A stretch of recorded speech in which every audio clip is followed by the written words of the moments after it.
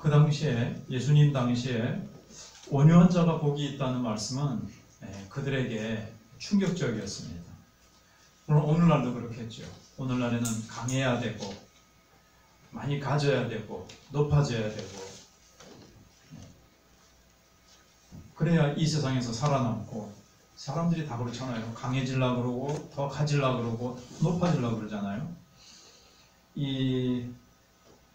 그 당시 영적인 세계, 영적인 지도자들, 신앙생활, 종교생활하는 바리새인들을 비롯해서 이 유대인들도 이 온유, 그 다음에 애통해함, 심령이 가난해함, 이런 거하고는 정반대로 나가고 있었습니다.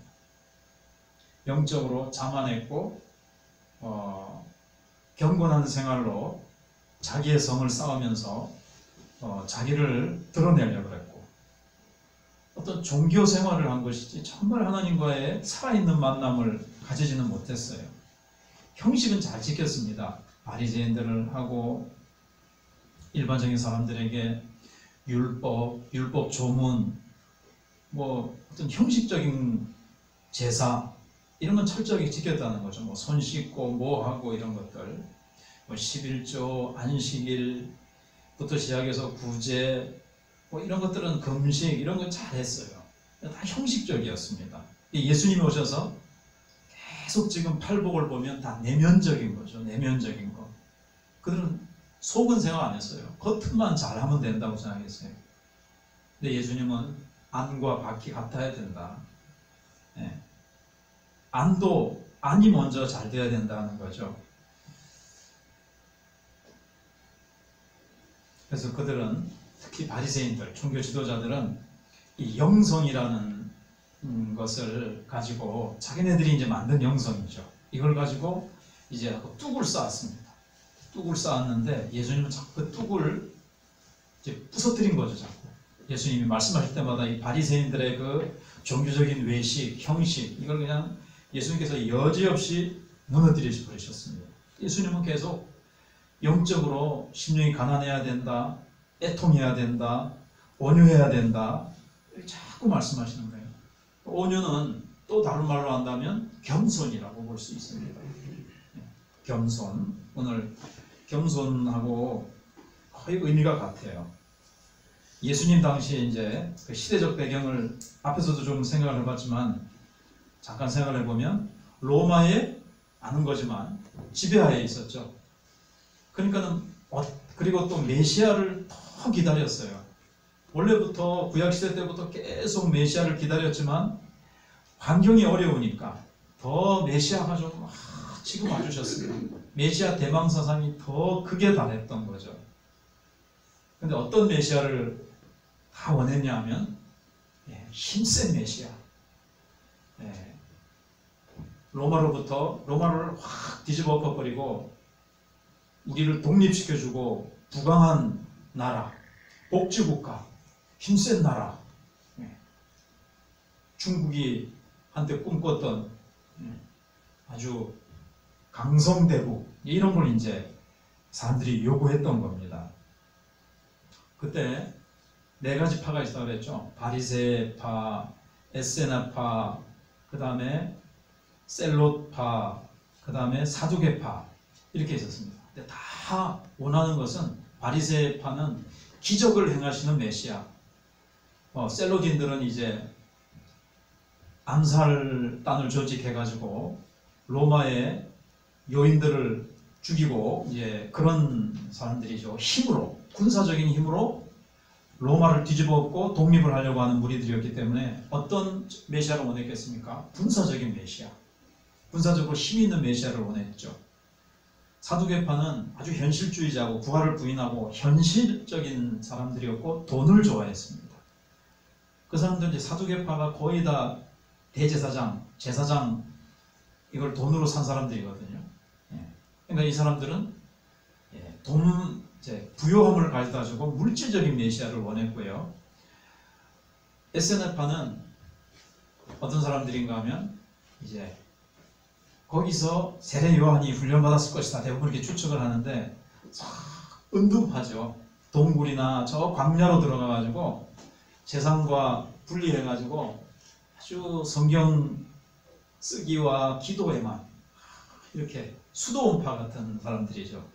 이 사람들은 금욕적인 메시아를 원했어요. 그런데 하나같이 예수님은 이 네 종류의 사람들하고 하나도 안 맞은 거예요. 우스갯소리를 해보면 어떤 부인이 남편 보고 당신은 나한테 로또 같은 남편이야. 그러니까 남편이 좋은 뜻인 줄 알고 그래? 내가 당신한테 그렇게 좋아? 당신하고 나하고 하나도 안 맞아. 이러더랍니다. 네.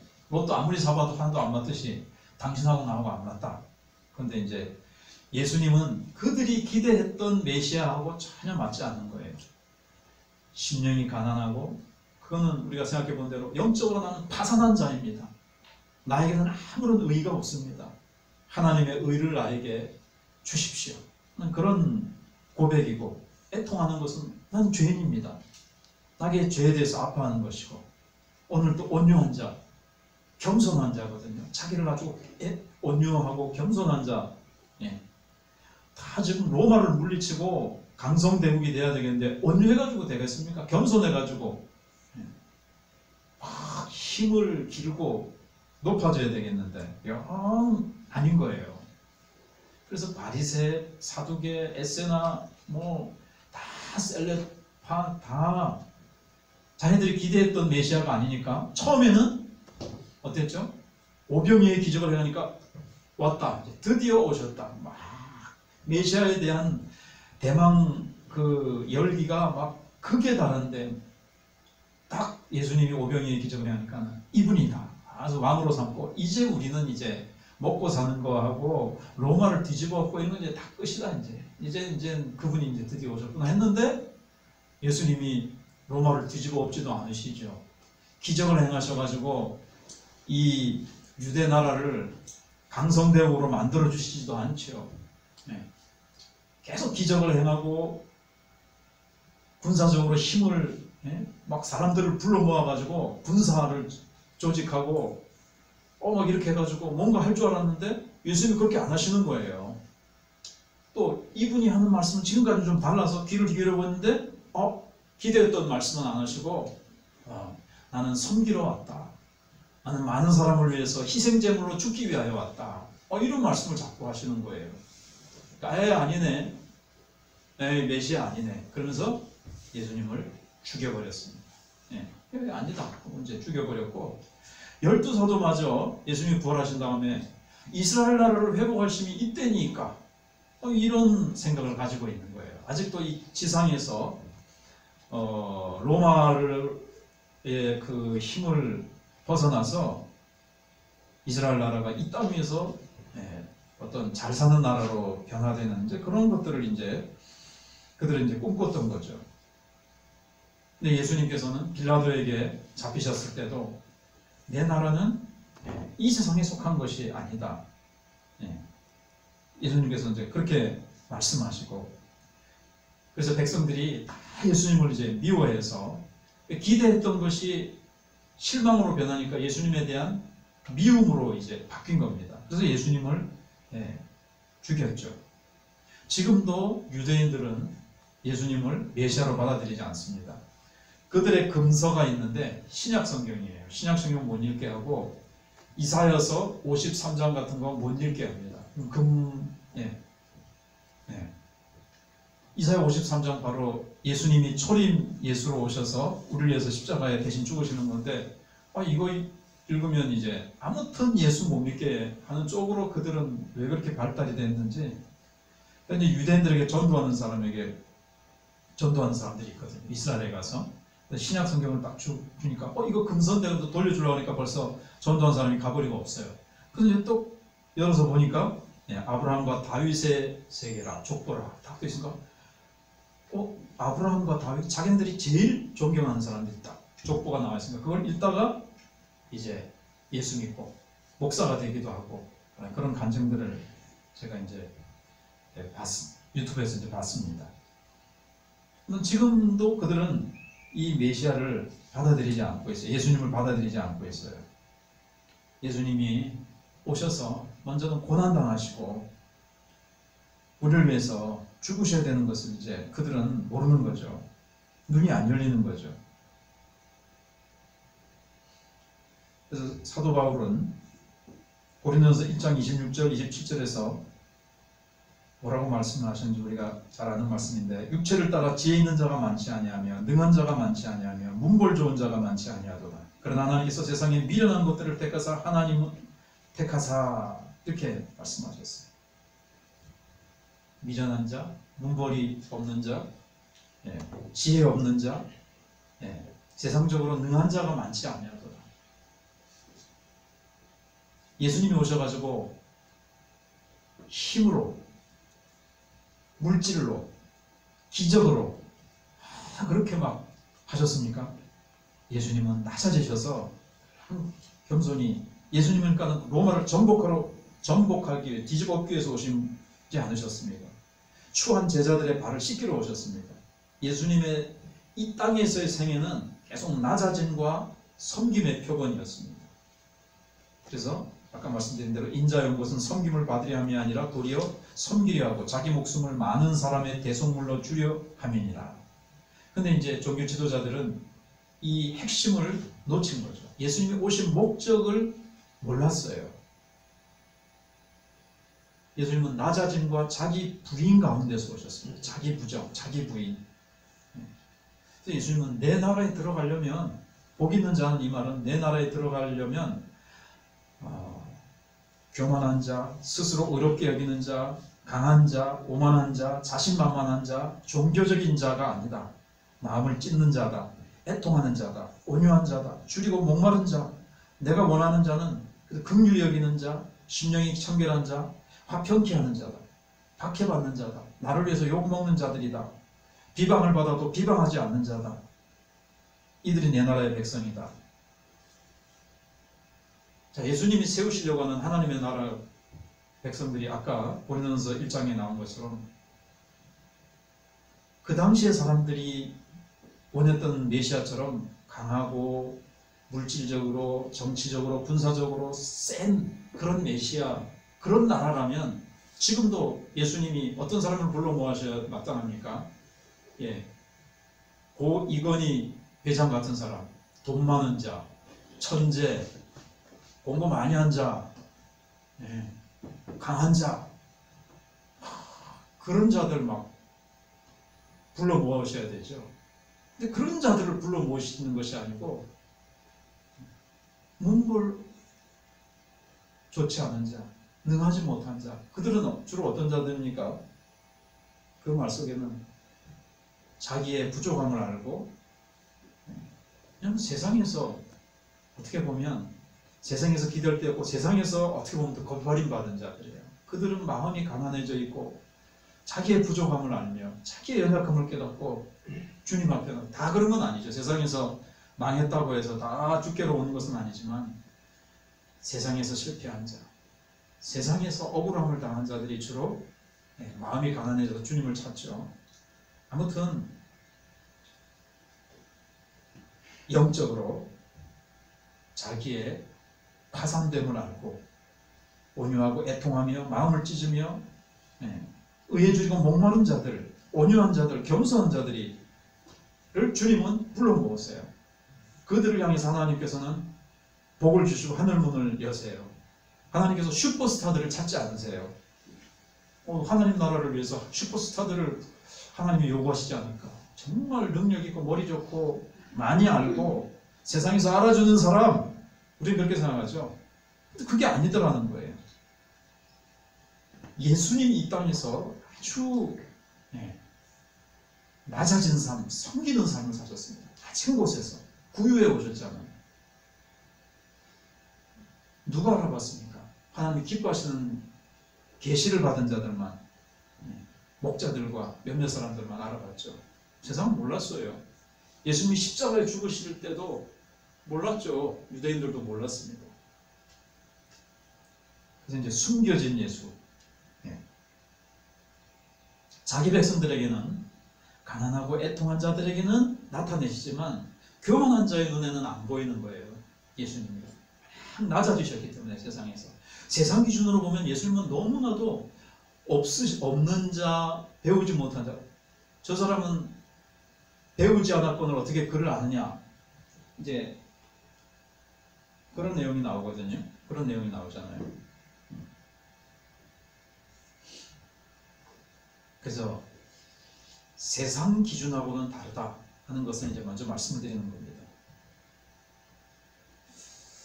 이제 온유함이라는 것은 이 상한 심령, 애통한 거 하고 사실은 어근이 같아요. 그런데 좀 차이가 좀 있습니다. 어떤 차이가 있는가 하면 애통하는 것은 나의 죄악된 상태에 초점을 맞춰요. 내 죄악됨을 보면서 애통해야 하는 거예요. 그런데 온유함은 하나님의 거룩하심에 초점을 맞춥니다. 하나님의 거룩하심을 보면서 어떤 목마른 거죠. 내가 정말 하나님의 거룩에는 미치지 못하고 하나님의 거룩에 대한 어떤 목마름이라 그럴까요? 하나님의 거룩함 앞에서 내가 이제 겸손해지는 겁니다.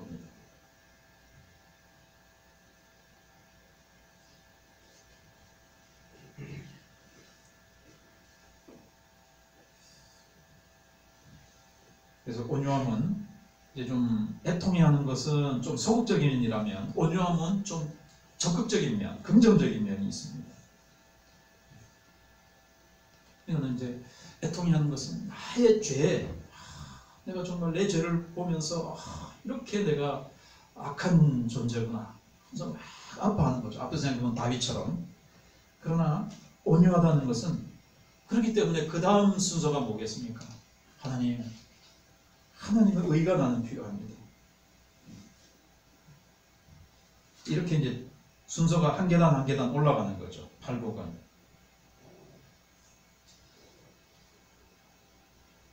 그래서 이제 의에 줄이고 목마르다는 것이 이제 그 다음에 나오는 거죠.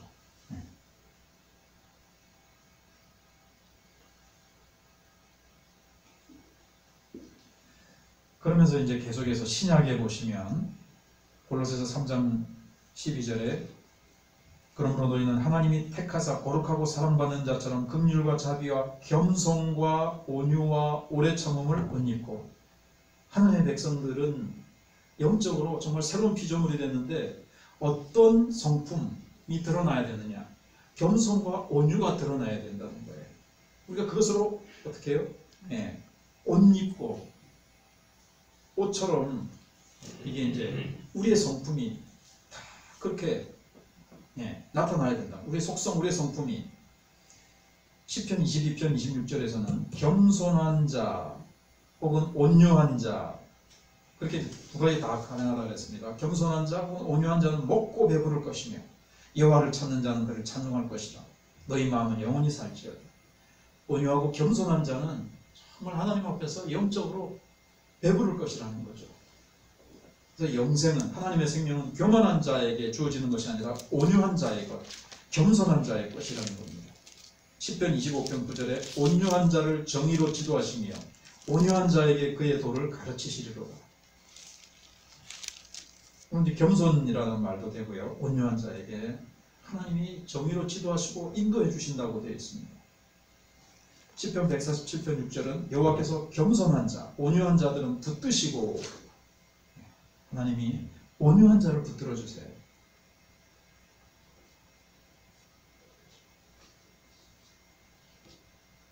그런데 온유함은요, 가난하고 애통한 마음에서 나옵니다. 가난하고 애통할 때 앞에 나오는 순서죠. 3절에서 심령이 가난한 자, 4절에서 애통하는 자. 거기에 대한 어떤 부산물로서, 열매로서 온유함이 나온다는 거예요. 그래서 우리가 잘 아시는 대로 유순하고 온화하고 부드럽다는 뜻을 가지고 있습니다.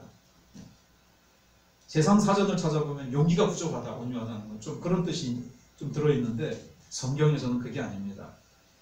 용기가 부족한 게 아니에요. 용기가 있어요. 안에 힘도 있어요. 근데 이제 결론을 조금 미리 말씀드리면 절제된 힘입니다. 온유는 힘이 없어가지고 예 그렇게 하세요. 뭐 먹을래요? 그냥 원하는 대로 시키세요. 뭐 이렇게 그러고 뭐 시키면 힘이 없어가지고 네 그렇게 할게요. 무조건 시키는 대로 하고 약해가지고 쩔쩔매고 그런 어떤 유순함, 약해 빠진 것이 아니라 힘은 있지만 그걸 딱 절제하는 겁니다. 예수님이 힘이 없으셨습니까? 힘이 없으셔서 십자가에 못 박히시고 군병들에게 끌려가서 십자가에 못 박히신 것이 아니죠. 하나님의 뜻을 이루시기 위해서 얼마든지 그것을 물리치실 힘이 있으시지만 그것을 딱 뭐랄까요, 절제하시고 군사적인 힘, 어떤 물리적인 힘도 있으시지만 그건 이제 절제하신 거죠. 우리가 잘 아는 대로 예수님께서 호산나 주일날 예루살렘 성에 입성하실 때 마태복음 21장 5절에 보시면 내 왕이 내게 임하나니 그는 겸손하여 온유하여 이렇게 가능합니다. 겸손하고 온유하셔서 나귀 곧 멍에 매는 짐승의 새끼를 탔도다. 그 당시에 가난한 자들, 비천한 자들이 어떤 이렇게 짐을 운송할 때 쓰는 거였어요. 나귀는. 지금은 가보니까 애들이 주로 타고 다니더라고요. 아무튼 아주 하층 계급들이 짐을 좀 큰 짐도 못 나르죠. 그런 작은 짐 나를 때 쓰는 그런 거였어요. 근데 예수님은 그걸 타셨습니다. 흰말 100마리를 끌고 가셔도 부족할 텐데 그렇게 예수님은 아주 마음을 비우시고 겸손하신 자였다는 것을 알 수가 있습니다. 근데 무기력은 아닙니다.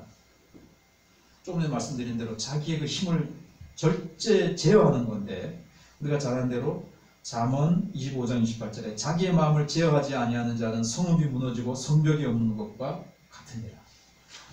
바꿔 말하면 힘은 있지만 그 힘을 제어하지 못하는 자는 무너진 성읍과 같다는 거예요.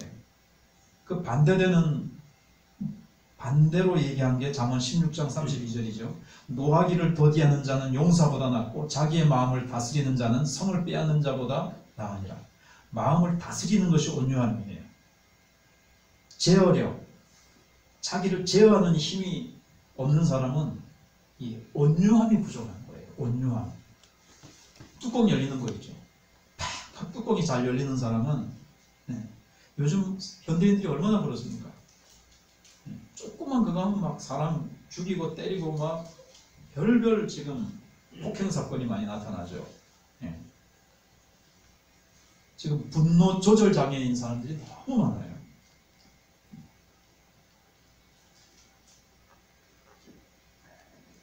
그리고 온유함은 원한과 복수의 반대입니다. 온유한 자는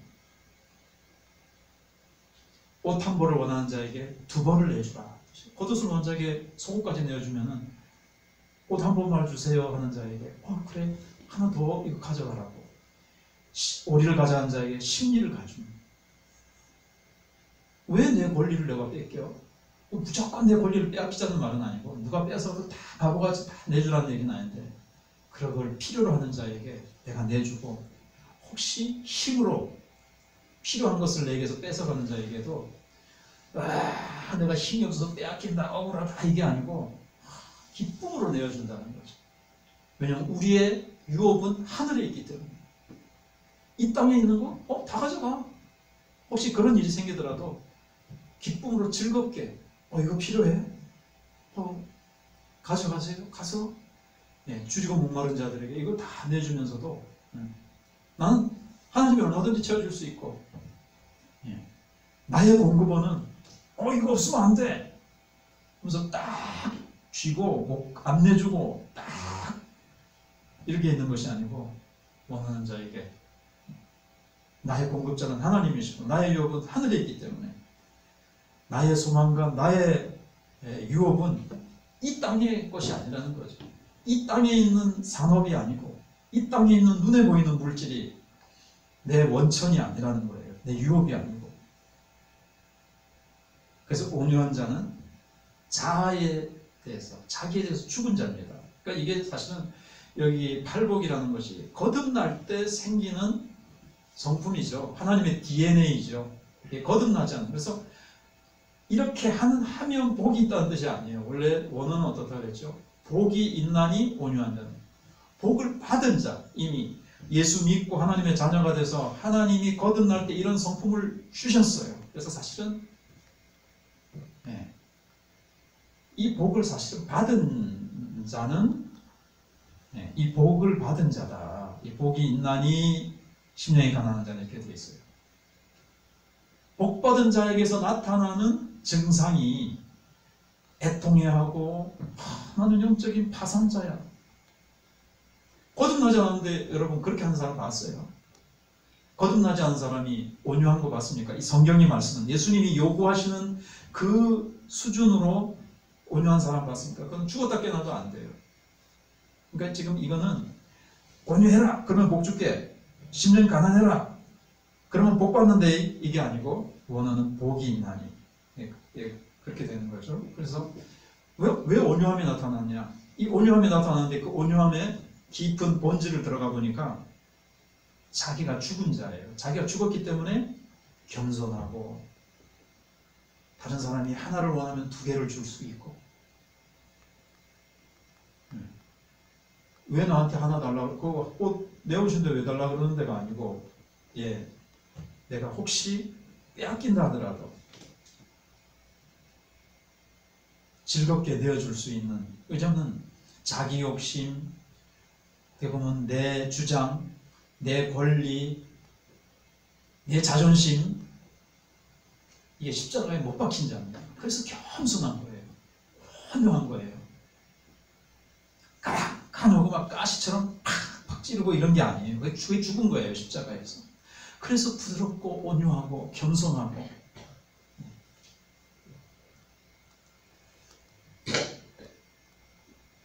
칼날을 갖고 막 찔러도 정말 피 한 방울 나올 것 같지 않고 이런 게 아니고, 그리고 원한을 품지 않는 사람이죠.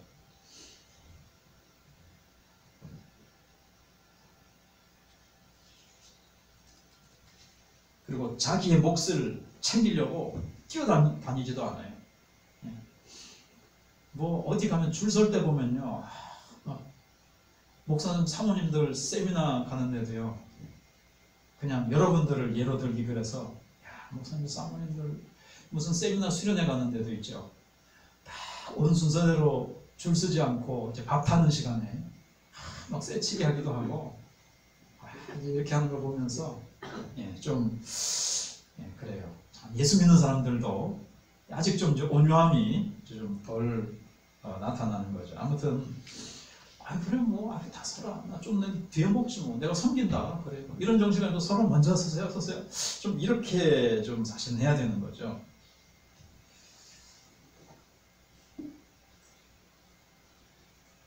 다음 주에 생각을 해보게, 좀 실제적인 예는, 성경에 나오는 예는 다음 주에 생각을 좀 해도 될 것 같습니다. 오늘 여기까지 하고, 아까 불렀던 427장 3절 4절 5절 부르고 이제 기도하고, 이렇게 우리가 늘 하는 대로 기도 제목들은 이제 말씀하면서 잘 아시겠죠.